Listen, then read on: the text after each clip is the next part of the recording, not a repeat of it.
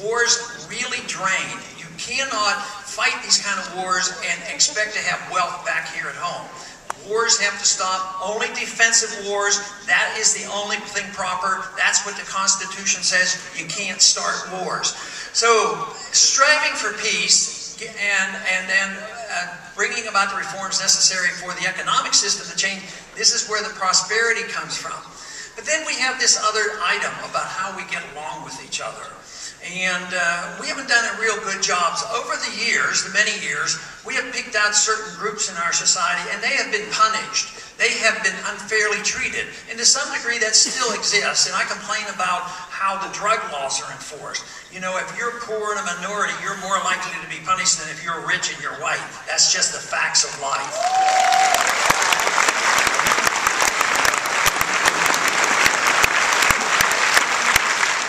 But what we need to do is understand that freedom, when you realize it, it brings people together.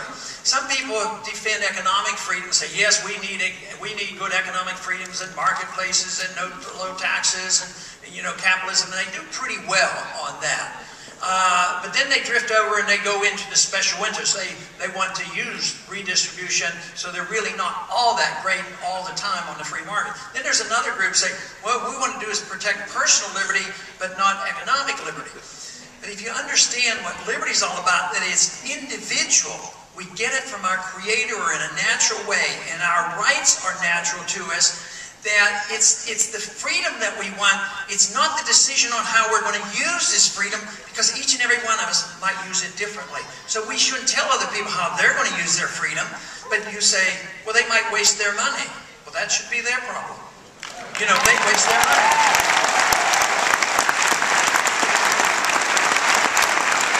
What if you're given the responsibility to deciding what is good for you, what you put in your body, your mouth, and your social values? Yes, some of that is very, very dangerous, but you should suffer the consequences. But once you have government doing this, where they're trying to protect you from yourself economically or by your personal habits, there's nothing left of freedom when government's telling you what to do to protect you from yourself. So the responsibility falls on us. We have to assume this responsibility.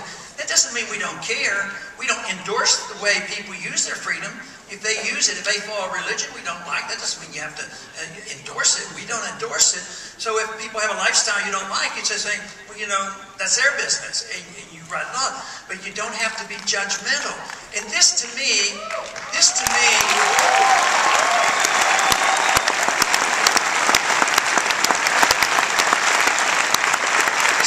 the reason people to come together, and they're diverse, because we want one thing. We want our right to our lives and our liberty. We want our freedom, and this should bring people together. So this is the reason.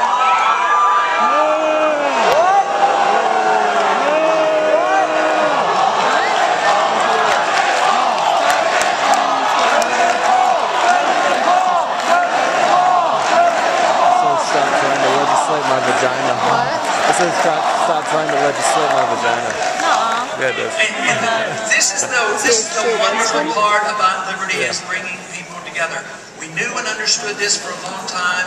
We did have this. It was a great test. It was the best test in the history of mankind. And yet, freedom is a very young issue. People keep thinking, well, you're going back to the Dark Ages, back to the Dark Age of the gold standard. I'll tell you what's Dark Ages, and that's tyranny. We don't want to go back to tyranny. We want to advance forward with liberty.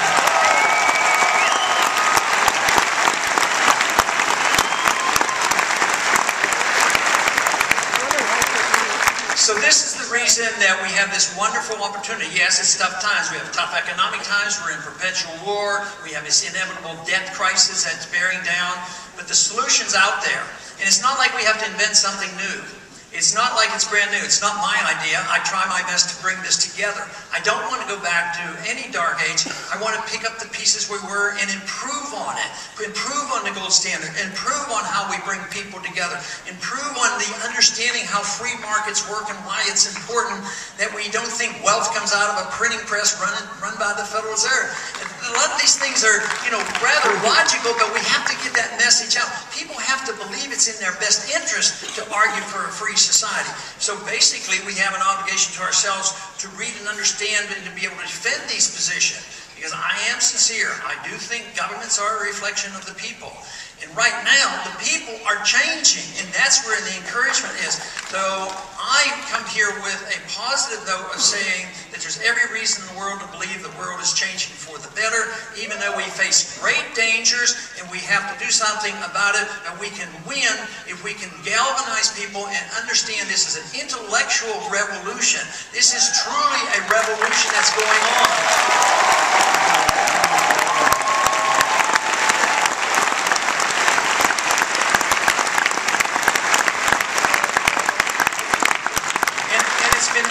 That an idea whose time has come cannot be stopped by armies or by government. I'm convinced of that too. Ideas are powerful. Ideas have consequences.